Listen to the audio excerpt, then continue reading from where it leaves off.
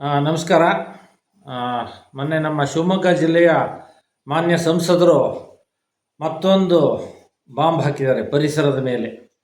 ಅದೇನು ಅಂತಂದರೆ, ಶಿವಮೊಗ್ಗ, ಶೃಂಗೇರಿ ಮತ್ತು ಮಂಗಳೂರು ರೈಲ್ವೆ ಮಾರ್ಗ ಮಾಡಲಿಕ್ಕೆ ಹೊರಟಿದ್ದಾರೆ. 332 ಕಿಲೋಮೀಟ್ರು ದೂರ ಮತ್ತು 3,300 ಕೋಟಿ ಆರಂಭಿಕ ವೆಚ್ಚ.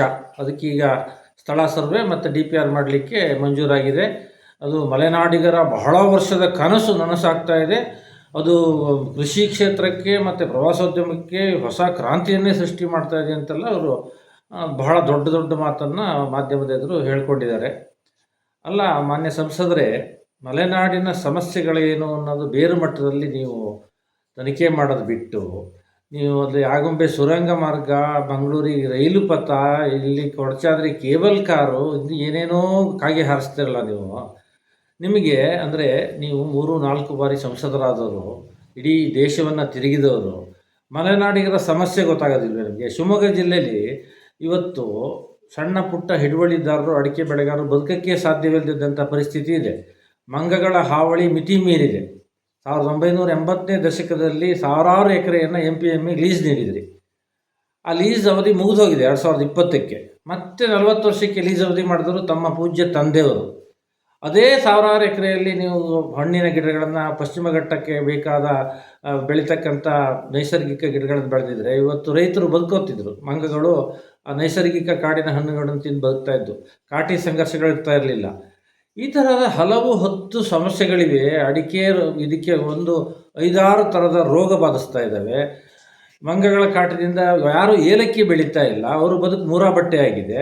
ಇಲ್ಲಿ ಲಾಗಾಯತ್ನಿಂದ ವಾಸ ಮಾಡ್ತಾ ಇರೋರಿಗೆ ಮನೆಗೆ ಹಕ್ಕುಪತ್ರ ಇಲ್ಲ. ಸಣ್ಣ ಪುಟ್ಟ ಹಿಡುವಳಿದಾರರಿಗೆ ಭೂಮಿ ಮಂಜೂರಾತಿ ಇಲ್ಲ. ದೊಡ್ಡ ದೊಡ್ಡವರು 100 ಎಕರೆ ಹೊಡ್ಕೊಂಡ್ರೆ ಅವ್ರನ್ನ ಕೇಳೋರಿಲ್ಲ. ಇದಿಷ್ಟೆಲ್ಲ ಜ್ವಲಂತ ಸಮಸ್ಯೆಗಳಿದ್ದಾವೆ. ಮಲೆನಾಡಿಗರ ಭಾಗದ ಸಂಸದರಾಗಿ ನೀವು ಆ ಶೃಂಗೇರಿಯಲ್ಲಿರೋ ಸಮಸ್ಯೆನ ನೀವು ಏನಾದರೂ ಅರ್ಥಕೊಂಡಿದ್ದೀರಾ ನೀವು? ಆ ಶೃಂಗೇರಿ ಊರನ್ನು ಕಾರ್ಕಳ, ಹೆಬ್ರಿ, ತೀರ್ಥಹಳ್ಳಿ ಭಾಗದ ಕಾಡನ್ನು ನಾಶ ಮಾಡ್ತಾ ಇದ್ದಾರೆ. ಗುಡ್ಡ ಕುಸಿತಾ ಇದೆ. ಈ ಮೊನ್ನೆ ಯಾವುದೋ ಅಣು ವಿದ್ಯುತ್ ಸ್ಥಾವರದ ವಿಚಾರ ಬಂದಾಗ ಹೇಳಿದ್ರಿ, ಮಲೆನಾಡಿಗೆ ಮಾರಕವಾಗುವ ಯಾವ ಯೋಜನೆಯನ್ನು ಮಾಡೋಕ್ಕೆ ನಾವು ಬಿಡೋದಿಲ್ಲ ಅಂತ ಹೇಳಿದ್ರಿ ಮಾಧ್ಯಮದವರಿಗೆ. ಇವತ್ತು ನೋಡಿದರೆ ಅದೇ ಆಗುಂಬೆ ಸುರಂಗ ಮಾರ್ಗ ಅಂತೀರಿ, ಆಮೇಲೆ ರೈಲ್ವೆ ಯೋಜನೆ ಅಂತೀರಿ. ಏನು ನಿಮ್ಮ ನಿಲುವೇನು, ದ್ವಂದ್ವ ನಿಲುವೇನು? ನೀವು ಯಾಕೆ ಹೀಗೆ ಪರಿಸರ ವಿರೋಧಿಯಾಗಿ ಮಾಡ್ತಾಯಿದ್ದೀರಿ?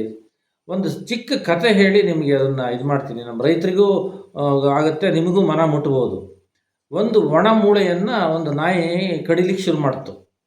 ಸ್ವಲ್ಪ ಹೊತ್ತಿಗೆ ಅದು ಸ್ವಲ್ಪ ರುಚಿ ಅನ್ನಿಸ್ತು. ರಕ್ತ ರುಚಿ ಬರಲಿಕ್ಕೆ ಹಿಡಿತು ಆ ನಾಯಿಗೆ. ಓಹೋ, ಭಾಳ ರುಚಿ ಇದೆ ಇದು ಅಂತ ಆ ಮೂಳೆಯನ್ನು ಕಡಿತಾ ಹೋಯಿತು. ನೋಡಿದರೆ ಅದರ ವಸಡಿನ ರಕ್ತವೇ ಆ ಮೂಳೆಗೆ ಹತ್ಕೊಂಡಿತ್ತು. ಅದೇ ರಕ್ತವನ್ನೇ ಅದು ಕುಡಿತಾ ಇತ್ತು.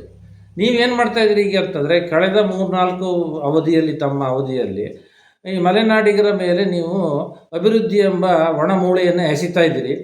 ಇಲ್ಲಿ ಬಹಳಷ್ಟು ಜನ ಅದು ಹೌದು ಭಾಳ ರುಚಿ ಇದೆ, ಭಾಳ ಅಭಿವೃದ್ಧಿ ಬೇಕು ಅನ್ನೋ ನೆವದಲ್ಲಿ ಅದನ್ನು ಚೆನ್ನಾಗಿದೆ ಅಂತ ಭಾವಿಸ್ತಾರೆ. ಅಂತಿಮವಾಗಿ ಪ್ರತ್ಯಕ್ಷವಾಗಿ ಇಲ್ಲಿನ ಬಡ ಜನರು, ಕೂಲಿ ಕಾರ್ಮಿಕರು, ಸಣ್ಣ ಪುಟ್ಟ ರೈತರು ಈ ಇದರಿಂದ ಸಂಕಷ್ಟದಲ್ಲಿ ಸಿಲುಕಿದ್ದಾರೆ. ಅವ್ರ ಮಾತನ್ನು ಯಾರೂ ಹೇಳೋದಿಲ್ಲ, ಕೇಳೋದಿಲ್ಲ. ಅದನ್ನೆಲ್ಲ ಜವಾಬ್ದಾರಿಯನ್ನು ಹೊರಬೇಕಾದ ತಾವು ಘನತೆವೆತ್ತ ಸಂಸದರು ಯಾವುದೋ ಅಭಿವೃದ್ಧಿಯ ಮೂಳೆಯನ್ನೇ ಎಸಿತಾ ತಮ್ಮ ಕೆಲಸವನ್ನು ತಾವು ತಮಗೆ ಬೇಕಾದಂಗೆ ಮಾಡ್ಕೋತಾ ಹೊರಟಿದ್ದೀರಿ. ಇಲ್ಲಿ ಎಷ್ಟು ಭೂ ಮಾಫಿಯಾ ಇದೆ, ಮರಳು ಮಾಫಿಯಾ ಇದೆ, ಮಣ್ಣು ಮಾಫಿಯಾ ಇದೆ.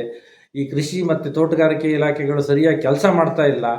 ಇದನ್ನೆಲ್ಲ ಒಂದು ಸರಿ ಬರೀ ವಿಡಿಯೋದಲ್ಲಿ ಹೇಳೋಕ್ಕಾಗಲ್ಲ. ಒಂದು ಸರಿ ನೀವು ಚರ್ಚೆಗೆ ಕರೀರಿ, ನಾವನ್ನೆಲ್ಲ ಬರ್ತೀವಿ. ನಿಮ್ಮನ್ನು ಕೂತ್ಕೊಂಡು ನಿಮ್ಮನ್ನು ಎದುರಿಗೆ ಕೂರಿಸ್ಕೊಂಡು ಮಾತಾಡ್ತೀವಿ ನಾವು. ನಮಗೇನು ಇದರಿಂದ ಏನು ಇದಿಲ್ಲ. ನಮಗೆ ಈ ರೈಲು ಮಾಡೋದ್ರಿಂದ ಮಲೆನಾಡಿಗೆ ಯಾವ ಅನುಕೂಲನೂ ಆಗೋದಿಲ್ಲ. ಇಲ್ಲಿ ಬೆಳೆನೇ ಇರಲ್ಲ. ಕೃಷಿ ಬೆಳೆಗಳಿಗೆ ಒಳ್ಳೆ ಉತ್ತಮ ರೇಟ್ ಬರುತ್ತೆ ರೈಲು ಬಂದರೆ ಅಂತ ಪುಂಕ್ತಿರಲ್ಲ. ನೀವು ಏನು ಹೇಳ್ಬೇಕು ನಿಮಗೆ? ಹಾಗಾಗಿ ಇದನ್ನೆಲ್ಲ ಯೋಚನೆ ಕೈಬಿಡಿ. ನೀವೇನು ಹೆಂಗಿದ್ದೀರಿ, ಇನ್ನು ಉಜ್ವಲ ಭವಿಷ್ಯ ಇದೆ. ಸ್ವಲ್ಪ ಜನಪರವಾಗಿ, ರೈತ ಪರವಾಗಿ, ಪರಿಸರದ ಪರವಾಗಿ ಚಿಂತನೆ ಮಾಡೋದನ್ನು ಕಲೀರಿ ಅಂತ ಹೇಳ್ತಾ, ನಿಮಗೆ ವಿಶ್ವ ಪರಿಸರ ದಿನಾಚರಣೆಯ ಶುಭಾಶಯವನ್ನು ಮತ್ತೊಮ್ಮೆ ಕೋರ್ತಾ, ನಿಮಗೆ ಮಂಗಳವನ್ನು ಉಂಟು ಮಾಡಲಿ ಅಂತ ಹೇಳ್ತಾ, ನಾನು ಅಖಿಲೇಶ್ ಚಿಪ್ಳಿ, ಸಾಗರದಿಂದ.